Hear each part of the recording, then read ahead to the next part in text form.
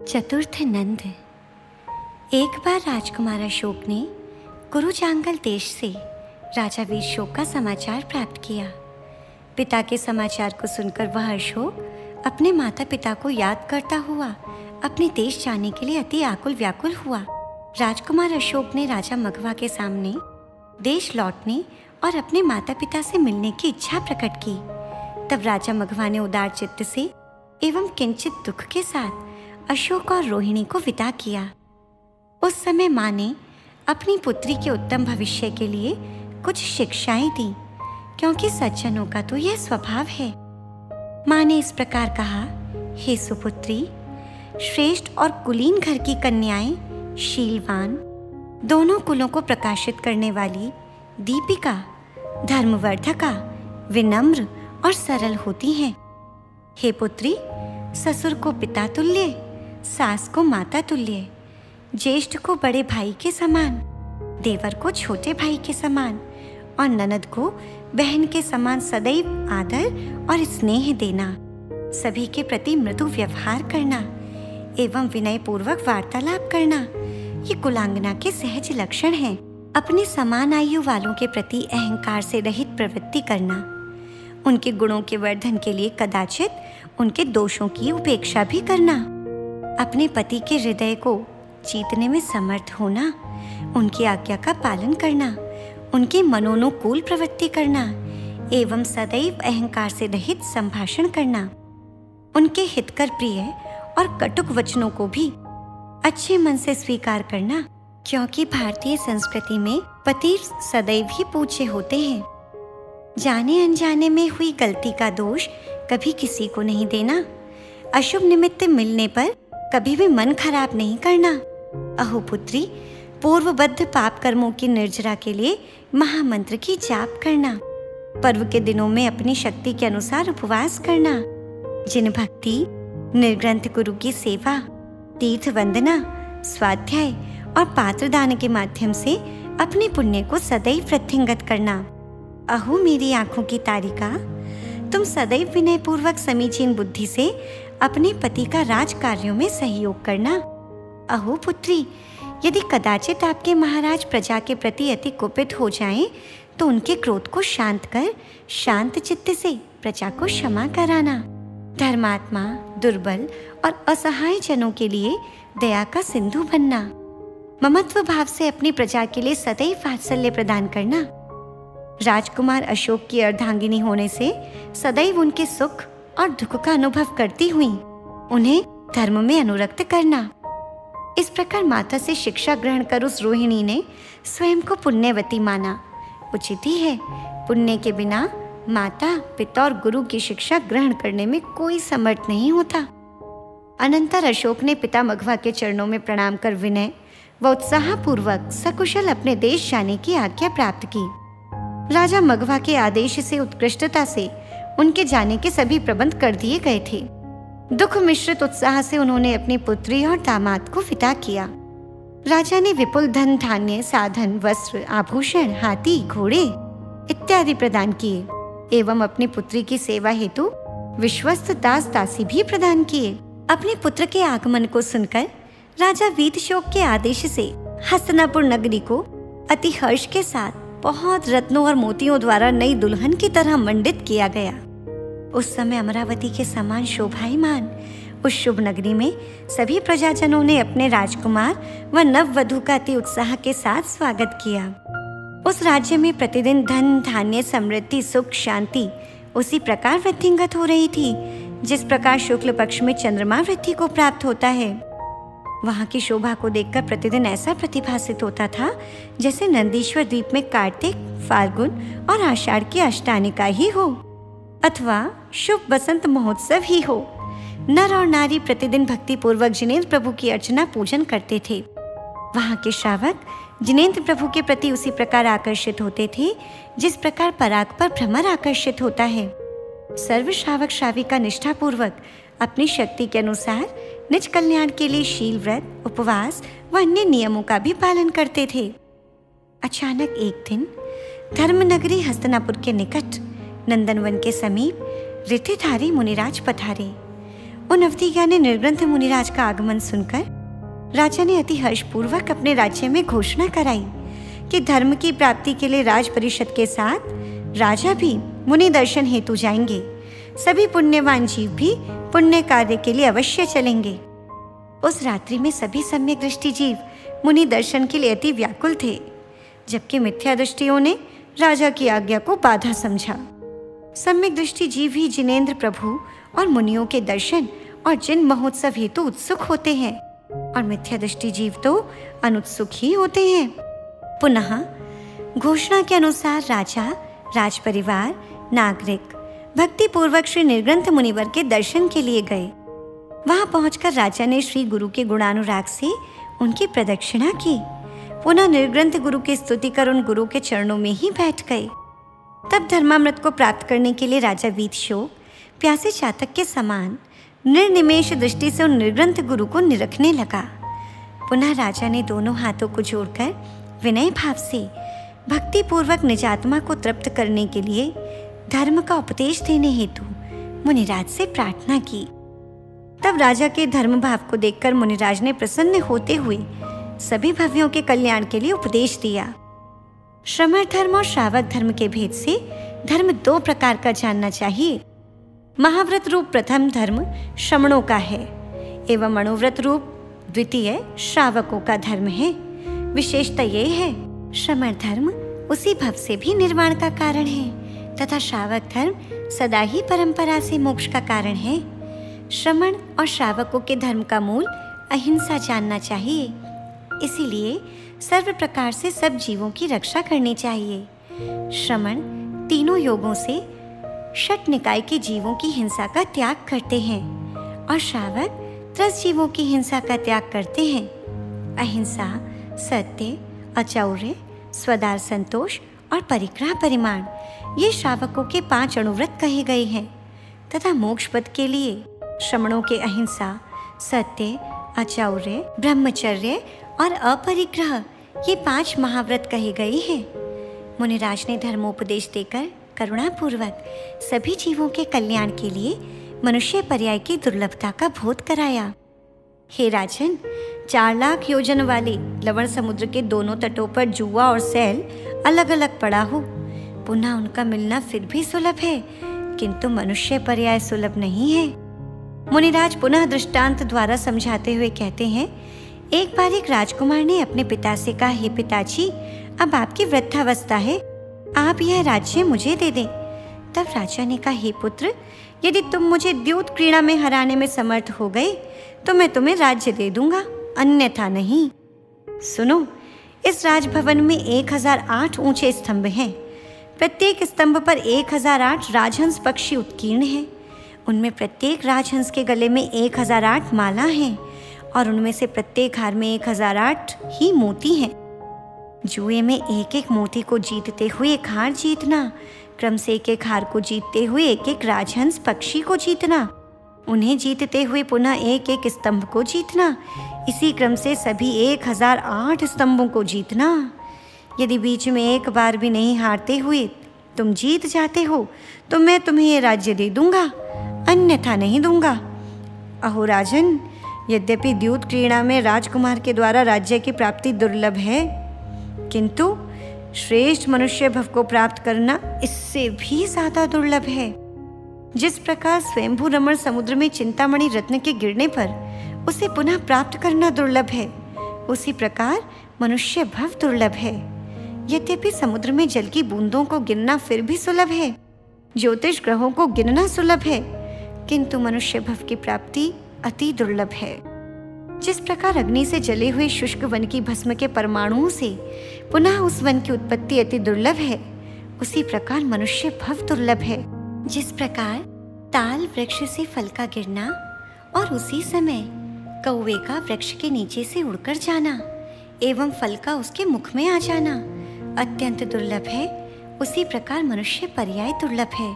राजा ने धर्मोपदेश सुनकर अत्यंत विशुद्ध भावों से अपनी महारानी के साथ अणुव्रत ग्रहण किए। अन्य प्रजाजनों ने भी अपनी शक्ति के अनुसार यम व नियमों को ग्रहण किया। पुनः वे सब उपदेश की प्रशंसा करते हुए अपने घरों को लौट गई। एक दिन राजप्रासाद में स्थित राजा ने आकाश से गिरती हुई उल्का को देखा, जिसे देखकर वह विषयों से विरक्त हुआ और विचारने लगा, अहो, पुत्र, मित्र, कलत्र, राज्य, यौवन, धन धान्य एवं संसार में दिखने वाले सभी पदार्थ उस उल्कापात के समान नश्वर हैं। स्त्री पुत्रादि प्रियजनों का समागम स्वप्न के समान क्षणिक होता है। बेचारा यह जीव इस मोह के वशीभूत होकर इस घोर संसार में परिभ्रमण करता है। यह मेरा है अथवा मैं यह हूँ, इस मिथ्या भ्रांति से मनुष्य दुखों को प्राप्त करता है।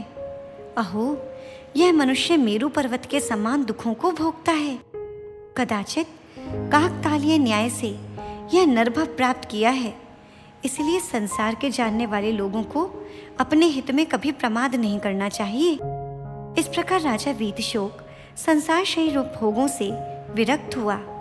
सही ही कहा है, बुद्धि का सत्फल निजात्म हित में प्रवृत्ति ही है। अगले दिन राजा ने अपने पुत्र को बुलाया।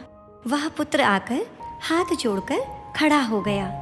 राजा ने राग व प्रीति के रस से रहित दृष्टि उस पर डाली और कहा, जैसे तीव्र प्रचंड वायु सब कुछ तहस नहस कर देती है, वैसे जब तक यह वृद्धावस्था मेरे शरीर को जर्जर नहीं करती, जब तक नेत्र शक्ति उत्तम है, मेरे पैर तीर्थ यात्रा करने के लिए सकुशल हैं, जब तक ग्रंथ सुनने की मेरी शक्ति विद्यमान है, जब तक स्मरण शक्ति श्रेष्ठ है, ग्रंथ के अध्ययन में निपुण हूँ, जब तक मेरी वाणी स्खलित नहीं होती, तब तक मैं दिगंबर निर्ग्रंथ दीक्षा लेकर अनादिकाल से दुख भोगती हुई आत्मा को संसार से मुक्त करना चाहता हूँ।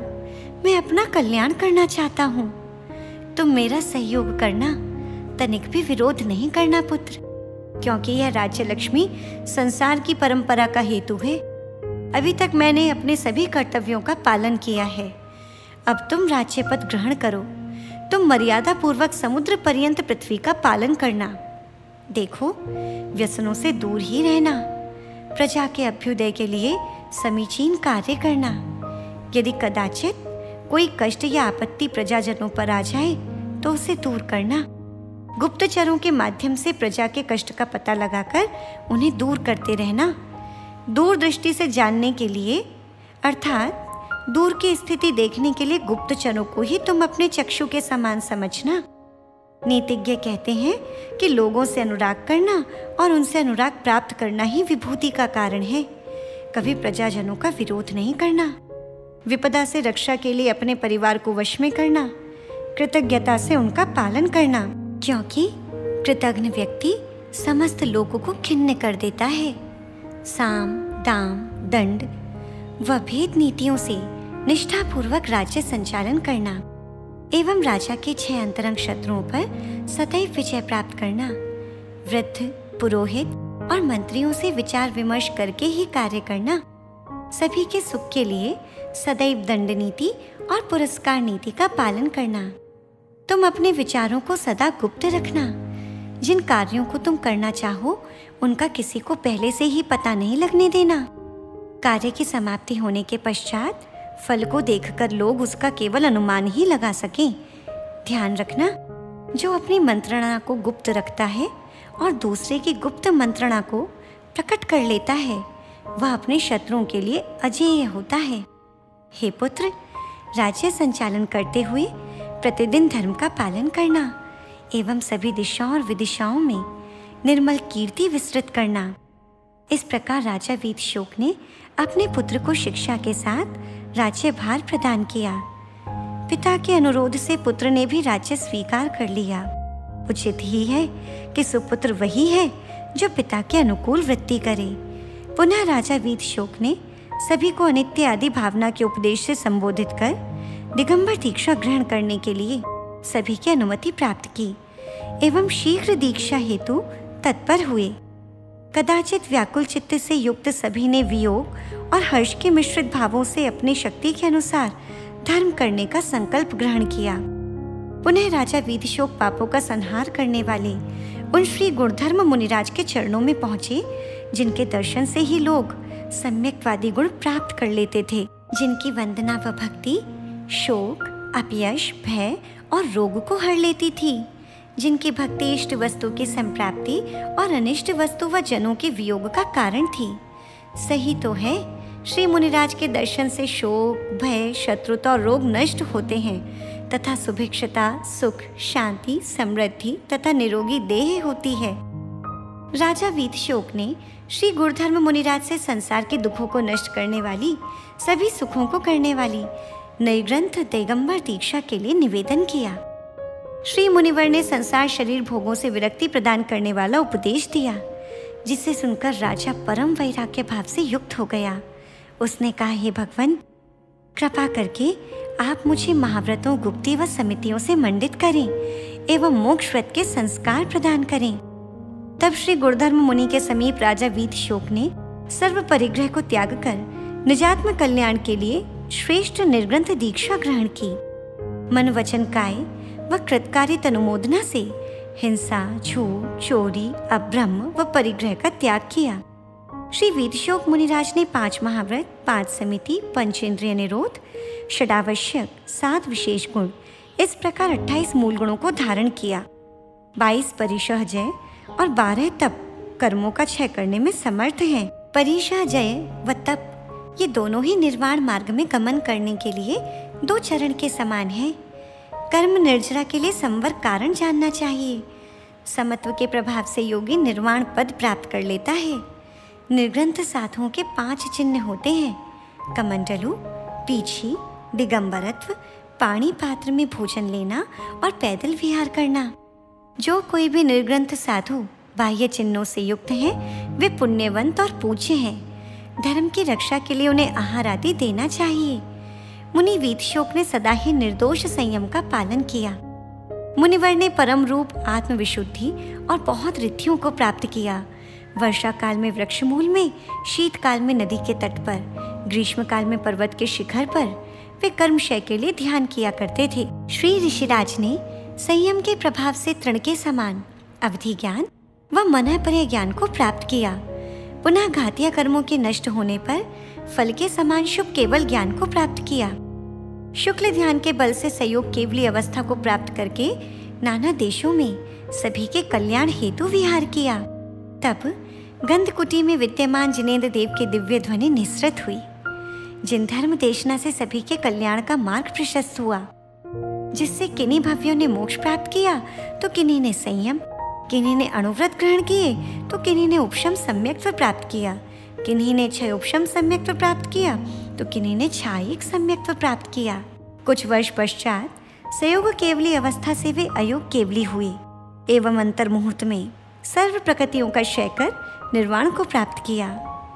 सम्यक्त्व, ज्ञान, दर्शन, वीर्य, सूक्ष्मत्व, अवगाहनत्व, अगुरुलघुत्व और अव्यापात ये सिद्धों के 8 गुण होते हैं। वे जिनेंद्र प्रभु इन गुणों से संयुक्त हो गए, जन्म जरा मरण से सदा के लिए विमुक्त हो गए, लोक के अग्रभाग के निवासी नित्य एवं द्रव्य भाव व नौकर्म से रहित हो गए।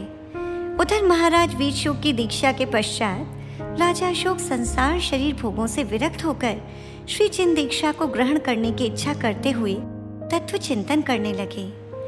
राजा अशोक के इन वैराग्यपूर्ण भावों को समझकर राज परिवार और मंत्रिमंडल आदि सभी ने उनसे निवेदन किया, हे स्वामी, आप हमारे लिए भगवान के समान हैं। हे राजन, समस्त प्रजा के लिए आप अन्नदाता हैं, सभी के प्राणों की रक्षा करने वाले हैं, सभी के त्राणकर्ता हैं, श्रेष्ठ हैं। हे स्वामी, आप अपने पिता की आज्ञा के अनुसार कर्तव्यों का पालन करें। इस प्रकार बोध को प्राप्त होकर राजा अशोक ने बहुत बार संसार के स्वरूप का चिंतन किया। उन्होंने विचार किया, हाय, अभी मेरे चारित्र मोहनीय कर्म का तीव्र उदय है। तब उन कुशल शासक ने अपनी संतोष वृत्ति से व पूर्व पुण्य को भोगते हुए निपुणता से राज्य का संचालन किया। रानी के पति मित्र भाव से सहित राजा ने प्रजा के प्रति वात्सल्य भाव पूर्वक देवराजेंद्र के समान न्याय पूर्वक राज्य कार्य किया। महारानी रोहिणी सर्वदा हित मित प्रिय वचन ही बोलती थी। वे मंगल भावों से युक्त सदा पुण्य कार्य में संलग्न रहती थी। महारानी राजा अशोक के लिए श्रेष्ठ सलाहकार और मित्र के समान थी। राजा अशोक की बुद्धि स्वभाव से अत्यंत तीक्ष्ण थी, अतः उसे सुख उत्पन्न करने वाले प्रशांत राजा में वे सारी विद्याएं जिनका अध्ययन राजाओं को अवश्य ही करना चाहिए, उन सबका वह स्थान था। अर्थात विद्याएं उसमें ही आकर रहने लगी थीं, मानो वह पहले से ही एक दूसरे से मिलने के लिए उत्सुक थे। उसकी शूरवीरता की तुलना सिंह से, जितेंद्रियता की तुलना मुनियों से, ऊंचाई की पर्वत से, ऐश्वर्य की इंद्र से और गंभीरता के सागर से की जाती थी। राजा अशोक समस्त गुणों का पुंज था, नाना कलाओं से युक्त, न्यायशील और शूरवीर था। पिता के निर्देश से उसने चक्रवर्ती के समान अपने राज्य का संचालन किया। हाथी, घोड़े, रथ और पदाती इत्यादि उसकी शोभा के निमित्त ही थे। तब कोई भी उसका शत्रु नहीं था। वह राजा अशोक यश कीर्ति का निवास स्थान ही था। यह राजा न जाने कैसा है, जो सदा शम, शांति आदि गुणों की प्रशंसा करता है और मुझसे द्वेष करता है, मानो इसीलिए अहंकार रुष्ट होकर उसे छोड़कर चला गया। वह समुद्र के समान विशाल, मर्यादित, श्रेष्ठ और गंभीर था। वह समुद्र के समान ऊपर निर्मल जल से युक्त था एवं अंतरंग में गुण रूपी रत्नों से संयुक्त था। उस अशोक का वक्षस्थल लक्ष्मी का, मुख सरस्वती का, शरीर कांति का, हृदय क्षमा का एवं युगल बाहु वीरता के स्थान थे।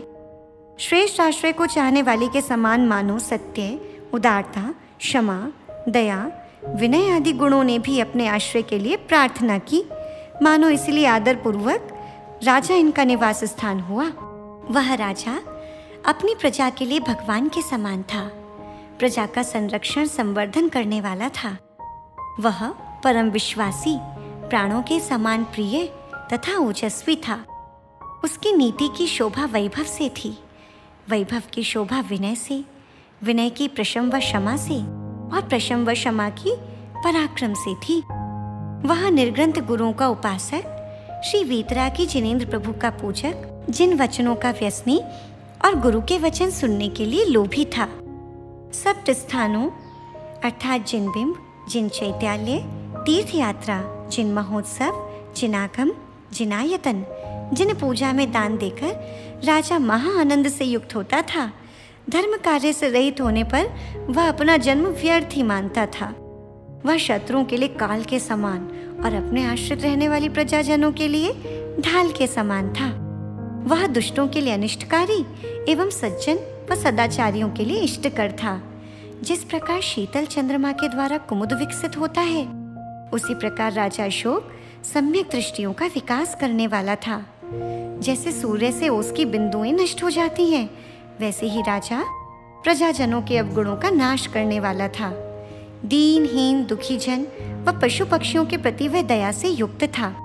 उनके लिए वह ईश्वर के समान था, जबकि शत्रुओं और धर्म विरोधियों के लिए वह यमराज के समान था। अखंड श्रेष्ठ पराक्रम से युक्त वह राजा युद्ध क्षेत्र में अजेय था। पुण्य क्षेत्र में वह जल के समान चित्त का प्रक्षालन करने वाला था और सरल था। वह राजाओं में शिरोमणि था। वह निर्ग्रंथ गुरुओं के चरण कमलों का भ्रमर एवं श्री दिगंबर गुरु के दर्शन के लिए चातक के समान त्रिशातुर था। वह सौम्य मूर्ति, सुगठित देह से युक्त था। उसकी देह का वर्ण तपे हुए स्वर्ण के समान था।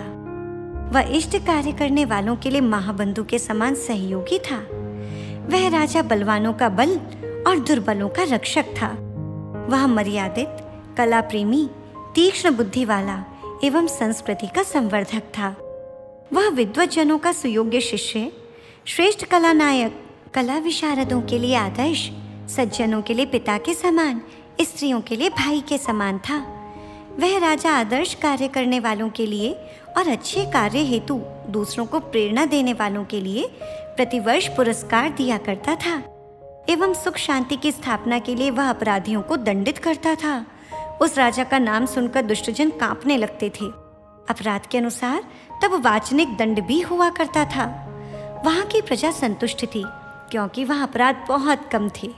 राजा, प्रजा, सभासद सभी जन स्वर्ग के समान सुख प्राप्त करते थे। जैसे चंद्रमा के प्रभाव से सागर का जल वृद्धिंगत होता है, उसी प्रकार उस देश में असी मसी कृषि विद्या वाणिज्य शिल्प और नृत्यादि कला वृद्धिंगत होती थी। संक्षेप में वह देश सभी प्रकार से समृद्ध था। राजा व प्रजा सभी की समृद्धि दिनों दिन बढ़ रही थी। अति पुण्यवान वह राजा के सभी गुणों से समन्वित था। उस समय दूरवर्ती क्षेत्र में कोई भी राजा अशोक के समान गुणवान नहीं था। राजा अशोक सहज जीवन जीते थे, उनके विचार उच्च थे और यह समस्त पृथ्वी उनकी परिवार ही है, ऐसी भावना से युक्त थे। वे राजकार्य में निपुण एवं ईर्ष्या भाव से रहित थे। राजा अशोक ने पुण्य से सुगुण, श्रेष्ठ कला, कीर्ति, प्रशंसा, संस्कार, श्रेष्ठ विद्या, हितमित वचन, शस्त्र संचालन, राज्य कार्यों में निपुणता, श्रेष्ठ कुल, स्वजन, जैन धर्म में प्रीति, नीति और रीति पूर्वक वार्ता, सहज सरल वृत्ति एवं उत्कृष्ट बुद्धि प्राप्त की। दुख से रक्षा करने के लिए संसारी जीवों के लिए पुण्य ही एक उत्तम शरण है। हे भव्य जीव, श्रेष्ठ और नेकांक्ष पुण्य कभी भी संसार का कारण नहीं होता। इसीलिए तुम्हें जिन देव, जिन शास्त्र, निर्ग्रंथ गुरु एवं समीचीन धर्म का आश्रय लेकर भावों से, सभी आकांक्षाओं से रहित सदैव श्रेष्ठ पुण्य का कार्य करना चाहिए। इस प्रकार परम पूज्य अभीक्ष्ण ज्ञानोपयोगी आचार्य भगवान श्री वसुनंदी जी मुनिराज द्वारा विरचित अशोक रोहिणी चरित्र नामक प्राकृत महाकाव्य में रोहिणी की विदाई, राजा वीतशोक का वैराग्य, उनके द्वारा अपने पुत्र अशोक को शिक्षा पूर्वक राज्य प्रदान करना व राजा अशोक के व्यक्तित्व का वर्णन करने वाला यह चतुर्थ नंद पूर्ण हुआ।